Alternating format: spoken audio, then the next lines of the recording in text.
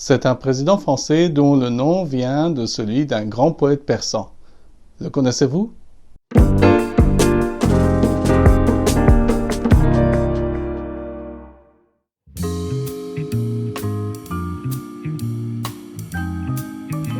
Ces jours-ci, pendant qu'on s'occupait des présidentielles en France, en Iran, on fêtait le 21 avril la journée de Saadi, grand poète du XIIIe siècle. Saadi est le maître absolu de la langue persane et arabe en même temps et disait ses poèmes en plusieurs formes. Il a écrit entre autres un recueil qui s'appelle Golestan, qui veut dire le jardin des roses. Dans son Golestan, l'écrivain persan donne des leçons morales en racontant des histoires sous forme de poèmes ou prose.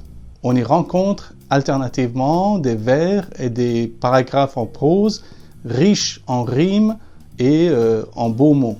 Mais qui est ce président français qui porte le nom du poète persan? Eh bien, il s'agit de Marie-Françoise Sadi Carnot, président de la République française, entre 1887 et 1894. Son grand-père, Lazare Carnot, adorait Golestan du poète persan Saadi de Shiraz. Lazare Carnot avait déjà choisi le prénom Saadi pour un de ses fils, qui devient plus tard un grand physicien. Le Saadi physicien meurt jeune, à l'âge de 36 ans seulement, en 1832. Il avait un frère qui s'appelait Hippolyte Carnot. Hippolyte, lui, a un fils qui est né en 1837 et il lui donne encore le prénom Saadi en mémoire de son frère. Le président Saadi Carnot fut assassiné par un jeune anarchiste italien le 25 juin 1894 à Lyon.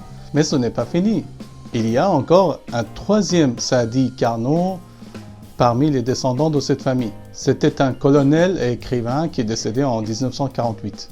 Vous voyez comment une famille bourgeoise française a gardé le nom du poète persan en plusieurs générations.